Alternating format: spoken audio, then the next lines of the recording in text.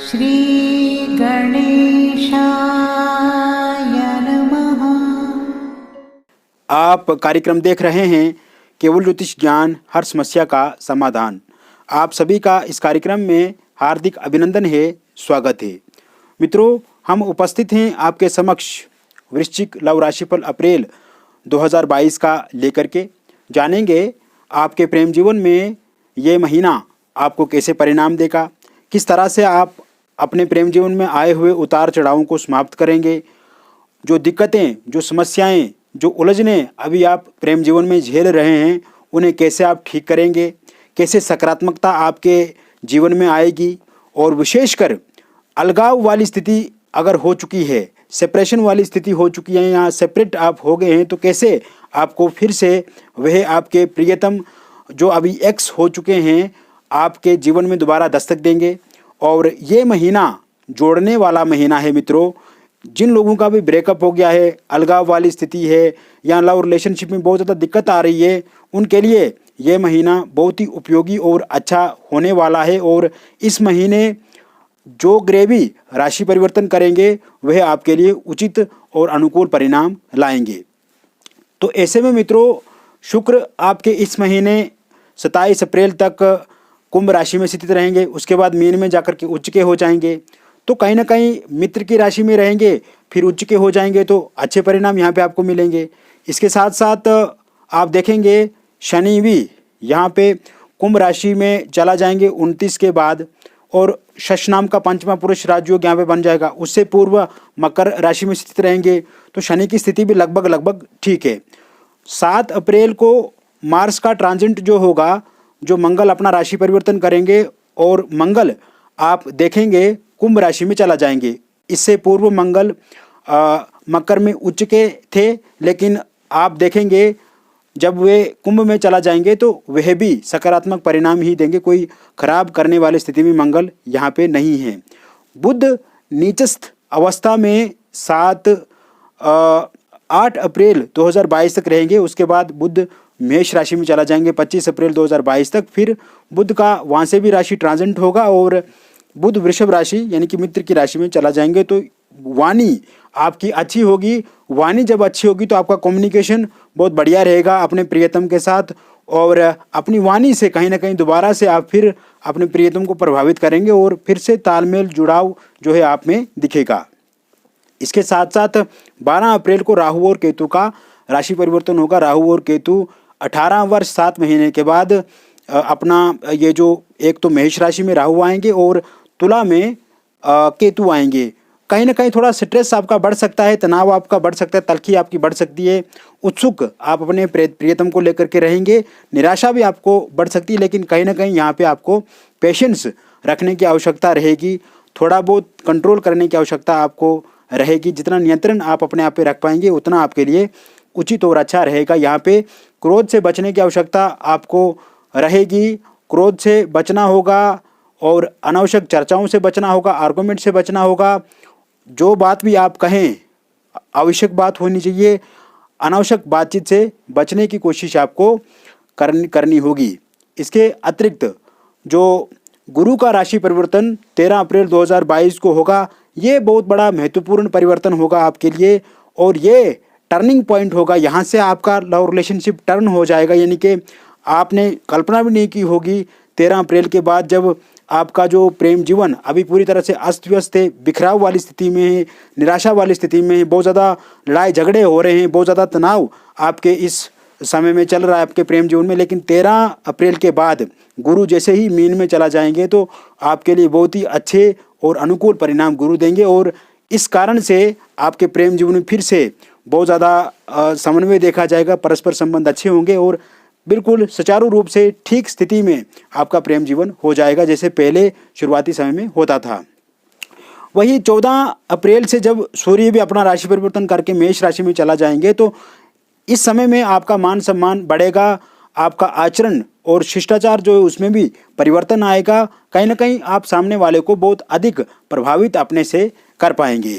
तो कुल मिलाकर के अगर मित्रों ये जो राशि परिवर्तन है इसको देखा जाए तो आपका लव लाइफ इस महीने पहले से बहुत ही बेहतर रहेगा। इस महीने आपके जीवन में जो भी उतार चढ़ाव आया हुआ है, जो भी निराशा वाला माहौल है, आप इस समय में अपने पार्टनर से ही बातचीत नहीं कर पा रहे हैं। कहीं ना कहीं आपको लगता है कि अब वो आपसे दूरी बना चुके हैं, लेकिन एक समय वह था जब आप दोनों के बीच में बहुत अच्छी बॉन्डिंग थी, बहुत अच्छा इंटरेस्ट था, बहुत अच्छा तालमेल था, एक दूसरे के साथ आप बातचीत शेयर करते थे।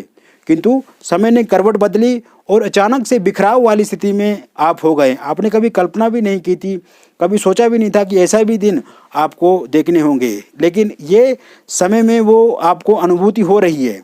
किंतु आप मित्रों देखेंगे, इस महीने अप्रैल के महीने में फिर से गठबंधन आपका बनेगा, फिर से तालमेल बनेगा, फिर से आप एक दूसरे के साथ बातें शेयर करेंगे, फिर से एक दूसरे के साथ समय आप व्यतीत करेंगे और फिर से आपका आचरण, आपका व्यवहार एक दूसरे के अनुकूल होगा।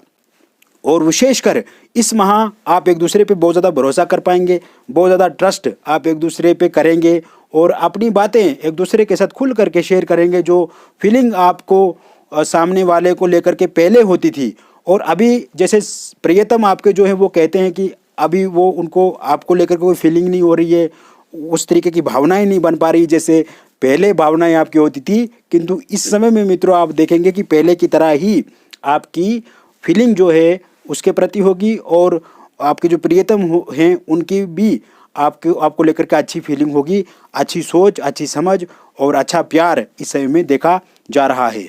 वही जिन लोगों का ब्रेकअप हो चुका है, जो लोग अलगाव वाली स्थिति में हैं और काफ़ी लड़ाई झगड़े भी इस समय में चल रहे हैं और हर बार कोशिश आप करते हैं कि रिलेशन अच्छा हो जाए, प्रेम अच्छा हो जाए, किंतु आपकी बातें जो है वो व्यर्थ की चला जाती हैं और कुछ अभी हो नहीं रहा है। तो ऐसे में जिन लोगों का अलगाव हो चुका है, जो लोग ब्रेकअप कर चुके हैं, एक दूसरे से जुदा हो चुके हैं, तो कहीं ना कहीं इस समय में फिर से वो आपके संपर्क में आ सकते हैं। आपके प्रियतम जो हैं, जो अभी एक्स के रूप में हैं, वो फिर से आपके जीवन में आपके साथ बातचीत बढ़ाने का प्रस्ताव आपको रख सकते हैं, दोबारा रिलेशनशिप में आना पसंद करेंगे, फोनिकली बातचीत आपके साथ कर सकते हैं, व्हाट्सएप पे मैसेज आपको भेज सकते हैं, या किसी न किसी तरीके से, किसी न किसी रूप से आपके साथ वो बढ़ना चाहेंगे, आगे बातचीत बढ़ाने की कोशिश करेंगे। और जो लड़ाई झगड़ा आपस में कलेश वाली स्थिति है, चाहे वो पति पत्नी के बीच में है, उसमें भी आप इस महीने में कमी देखेंगे, या फिर आपकी पत्नी या पति कहीं एक्स्ट्रा मैरिटल अफेयर में हैं या उनकी कहीं दूसरी जगह पे रुचि है, तो ऐसे में भी इन सब घटनाएं क्रम जो हो रही हैं आपके जीवन में, तो इसमें भी कमी आएगी। आप के पति या आपकी पत्नी जो वो भी एक दूसरे पे आप विश्वास करेंगे और एक्स्ट्रा मैरिटल अफेयर वाली स्थिति में अगर कोई है तो वो भी ठीक होने की समय में स्थिति लग रही है, ऐसी स्थिति बनेगी। इसके साथ साथ मित्रों सिंगल लोगों के लिए नए प्रस्ताव मिलेंगे। सिंगल लोगों को कोई ऐसा व्यक्ति मिलेगा जो आपको ये कह सकता है कि आगे रिलेशनशिप में आना है या प्रेम को बढ़ाना है या आगे शादी का प्रस्ताव भी आपको वह दे सकते हैं। तो ऐसे में सिंगल लोगों के लिए भी इस समय में कोई ना कोई साथी, कोई ना कोई सहयोग आपको दे सकता है। ऐसी स्थितियां भी यहाँ पे बनती नजर आ रही हैं। साथ ही साथ विवाह को लेकर के भी नए प्रस्ताव इस समय में आपको मिलेंगे। इसके अलावा यह समय में जो लोग शादी को लेकर के बहुत ज़्यादा चिंतित हैं, उनको चिंता नहीं करनी है, प्रस्ताव नए नए आते जाएंगे और इस वर्ष शादी होना भी तय है। थर्ड पार्टी अगर आपके प्रेम जीवन में दिक्कत का कारण बन रही है, थर्ड पार्टी के कारण से आप काफ़ी डिप्रेस्ड है, थर्ड पार्टी के कारण से काफ़ी स्ट्रेस है, आपको काफ़ी चिंता है, तो इस समय में थर्ड पार्टी भी समाप्त होती हुई दिख रही है। थर्ड पार्टी भी समाप्त होगी और आप दोनों के बीच में जो दूरियां आ गई है थर्ड पार्टी के कारण से, वह भी ठीक होंगी और पहले से ज़्यादा आपका एक दूसरे पे ट्रस्ट और एक दूसरे पे विश्वास बढ़ेगा और थर्ड पार्टी के कारण से जो कन्फ्यूजन आप दोनों के बीच में दिख रही है उसे भी आप समाप्त करेंगे, उसे भी आप ठीक करेंगे। इसके साथ साथ प्रेम विवाह होने की संभावना भी इस समय में पूर्ण रूप से बनी हुई है। लव मैरिज अगर आप करना चाहते हैं, उसमें दिक्कतें आ रही हैं, उसमें समस्याएं आ रही हैं, तो ज़रूर आप लव मैरिज कर पाएंगे।